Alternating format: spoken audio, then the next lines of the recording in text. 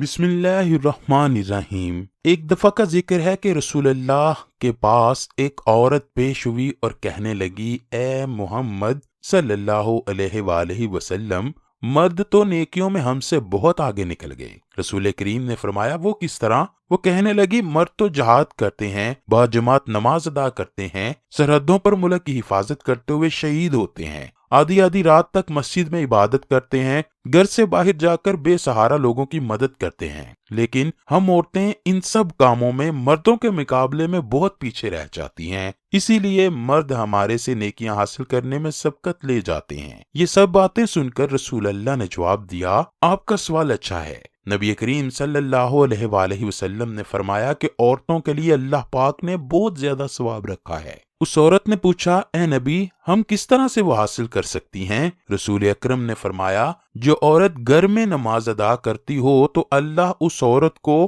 اس مرد کے برابر ثواب عطا کرتا ہے جو اپنی صف میں کھڑا ہو کر باجماعت نماز ادا کرتا ہے۔ حضور اکرم صلی اللہ علیہ وآلہ وسلم نے ارشاد فرمایا، عورت کے لیے صحن میں نماز پڑھنے سے زیادہ افضل یہ ہے کہ وہ کمرے میں نماز پڑھے، اور کمرے میں بھی زیادہ افضل یہ ہے کہ وہ کسی کونے اور پوشیدہ جگہ میں نماز ادا کرے۔ نبی کریم نے فرمایا، جو عورت اپنے بچوں کی کسی پریشانی کی وجہ سے اپنے نرم بستر پر جاگتی ہے تو اللہ پاک اس عورت کو ایک مجاہد کے برابر ثواب عطا کرتا ہے جو کہ ملک کی سرحدوں پر ساری رات جاگ کر حفاظت کرتا ہے۔ حدیث پاک ہے کہ جب ایک غیر شادی شدہ عورت کا وصال ہوتا ہے تو اللہ پاک اس کو قیامت کے دن شہیدوں کے ساتھ اٹھائے گا، کیونکہ یہ عورت کی شادی نہیں ہوئی تھی اور اس نے اپنی اور والدین کی عزت رکھی،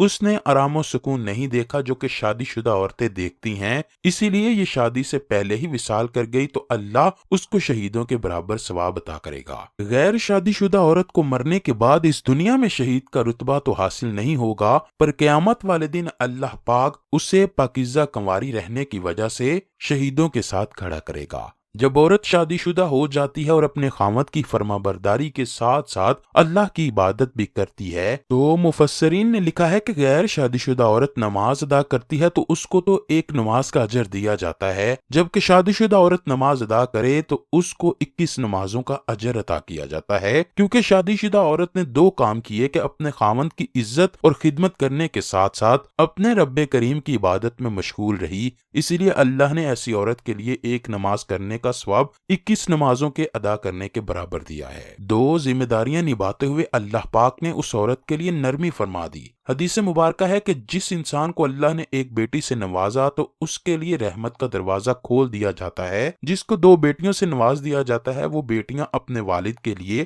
بخشش کا ذریعہ بن گئیں، اور وہ انسان اپنی بیٹیوں کی اچھی پرورش طریقے سے کرے جو اللہ کے نبی صلی اللہ علیہ وآلہ وسلم نے فرمایا، اپنی دو بیٹیوں کی اچھی تربیت کرنے والا اور میں قیامت کے دن اس طرح قریب ہوں گے جیسے ہاتھ کی یہ دو انگلیاں بالکل قریب ہیں۔ ناظرین گرامی، شادی شدہ مردوں کو قرآن پاک میں اس طرح حکم دیتے ہوئے اللہ پاک فرماتا ہے، تم ان عورتوں کے ساتھ اچھے طریقے سے زندگی گزارو۔ حدیث پاک ہے کہ اگر عورت اپنے خاوند کی فرما بردار ہے اور امید سے ہے تو اللہ پاک حاملہ عورت کے پچھلے سب گناہوں کو معاف کر دیتا ہے، کیونکہ وہ عورت بڑی مشکلات کا سامنا کرتے ہوئے اپنے بچے کے 9 مہینے کے بعد جنم دیتی ہے، اور اس حاملہ عورت کے لیے اللہ نے یہ فرمایا ہے کہ میں اس کے سب پچھلے گناہوں کو معاف کر دوں گا۔ جب حاملہ عورت اپنے بچے کو جنم دینے کے قریب ہوتی ہے تو اس کو یک بعد دیگریں دردیں رہتی ہیں۔ نبی کریم نے فرمایا، حاملہ عورت درد کی وجہ سے زور زور سے چلاتی ہے تو اللہ پاک اس حاملہ عورت کو ہر ایک درد کے بدلے ایک عربی غلام آزاد کرنے کا ثواب عطا کرتا ہے۔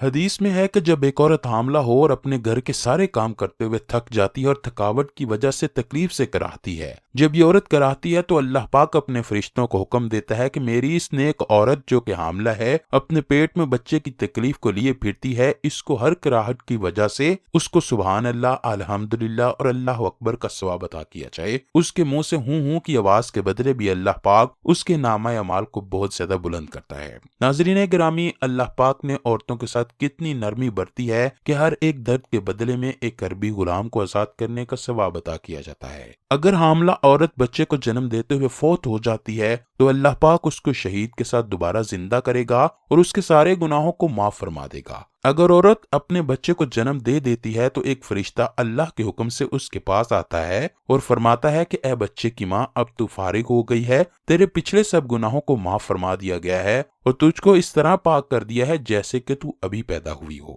اللہ نے اس ماں کے سب گناہ اس لیے معاف کر دیے کہ اس نے بچے کو پیدا کرتے ہوئے کتنی مشکلات کا سامنا کیا۔ اسی کے بدلے میں اللہ پاک نے اس کے سارے گناہوں کو معاف کر کے پاک صاف کر دیا۔ ایک ماں جب اپنے بچے کو ناظرہ قرآن پاک پڑھانے کے لیے کسی قاری یا معلم کے پاس بھیجتی ہے، جب بچہ ناظرہ قرآن پاک کو مکمل پڑھ لیتا ہے تو اللہ پاک اس کے صدقے اس کے بچے کے والدین کی بخشش کر دیتا ہے۔ جب ایک ماں اپنے بچے کی پرورش کرتے ہوئے اپنے بچے کو اللہ اللہ کا ورد کرواتی ہے، حدیث پاک ہے کہ جب بچہ اپنی زبان سے اللہ اللہ کا ورد کرتا ہے تو اللہ پاک اس بچے کے والدین کے سارے گناہوں کو معاف کر دیتا ہے۔ اللہ تعالیٰ عورتوں کو گھروں میں کام کرنے کے بدلے میں بھی اجر و ثواب عطا کرتا ہے۔ حدیث میں ہے کہ جب عورت گھر میں بکھری ہوئی ایک چیز کو پکڑ کر ترتیب کے ساتھ رکھ دیتی ہے تو اللہ پاک اس کا ایک گناہ کم کر دیتا ہے اور ایک نیکی میں اضافہ کرتا ہے اور جنت میں اعلیٰ مقام عطا کرتا ہے۔ اسی طرح عورتیں گھروں میں کتنے کام کر کے نیکیاں کماتی ہیں، اسی لیے کہا گیا ہے کہ اللہ نے عورتوں کے لیے نیکیاں کمانا بہت آسان کیا ہے۔ حدیث پاک ہے کہ جب ایک ماں اپنی اولاد بیٹی یا بیٹے کو قرآن کا حافظ بناتی ہے تو اللہ پاک قیامت کے دن حافظ کے والدین کو نور کے تاج سے نوازے گا اور اس نور کے تاج کی روشنی سورج سے کئی گنا زیادہ ہوگی جو کہ ہر چیز کو روشن کر دے گی۔ لوگ حیران ہوتے ہوئے ایک دوسرے سے پوچھیں گے کہ یہ نورانی تاج والے کون ہیں؟ نہ تو شہید ہیں، نہ ولی، نہ نبی ہیں، یہ کون لوگ ہیں؟ تو ان کو بتایا جائے گا کہ یہ وہ خوش نصیب ہیں جنہوں نے اپنے بچوں کو قرآن کا حافظ بنایا۔ پیارے دوستو، دیکھیے اللہ پاک نے ہر جگہ اجر و ثواب عطا کیا ہے۔ ہر بیٹی شادی کے بعد اپنے والدین کے گھروں میں ملنے کے لیے آتی ہے اور کیا نیت لے کر آتی ہے کہ میں اپنے گھر والوں کو ملنے آئی ہوں۔ اس کی یہ نیت نہیں ہوتی کہ اس کام کے بدلے اللہ بھی راضی ہوگا۔ حدیث میں ہے کہ بیوی اپنے والدین کے گھر اپنے خاوند سے پوچھ کر اور اس نیت سے جائے کہ اللہ تعالیٰ مجھ سے راضی ہو جائے گا تو اللہ پاک اس عورت کے ہر ایک قدم کے بدلے میں اس کو 100 نیکیاں عطا کرتا ہے اور 100 گناہوں کو معاف فرما دے گا اور آخرت میں اس کے 100 درجے بلند فرمائے گا۔ اس سے پتہ چلتا ہے کہ ایک عورت جب اللہ کی رضا کے لیے اپنے خاوند کی اجازت کے مطابق اپنے والدین کے گھر جاتی ہے تو اللہ پاک اس کے ہر قدم پر 100 گناہ معاف فرما کے 100 نیکیوں میں اضافہ کرتا ہے اور 100 درجات بھی بلند کرتا ہے۔ حدیث پاک کا مفہوم اس طرح بیان کیا گیا ہے کہ جب ایک بیٹی اپنے والدین کے گھر آتی ہے اور اپنے والدین کو پیار و محبت کی نظر سے دیکھتی ہے تو اللہ پاک اس کی ہر نظر کے بدلے ایک حج کا ثواب عطا کرتا ہے۔ صحابہ اکرام نے کہا ہے کہ اے نبی مکرم، جو بندہ اپنے والدین کو بار بار دیکھے تو اس کے لیے کیا حکم ہے؟ رسول اللہ نے فرمایا، وہ جتنی بار اپنے والدین کے چہرے مبارک کی زیارت کرے گا تو اللہ پاک اس کو اتنے ہی حجوں کا ثواب دے گا۔ اس بات کا ہم کو علم نہیں ہوتا، اس لیے ہم یہ ثواب حاصل کرنے میں ناکام رہتے ہیں۔ حضور اکرم صلی اللہ علیہ وآلہ وسلم نے ارشاد فرمایا، جب عورت 5 وقت کی نماز ادا کرے، رمضان کے روزے رکھے، اپنی حیا اور عفت کی حفاظت کرے اور جائز کاموں میں اپنے شوہر کی اطاعت کرے تو وہ جنت میں جس دروازے سے چاہے داخل ہو جائے۔ اللہ سے دعا ہے کہ وہ ہمیں نیک عمل کرنے کی توفیق دے۔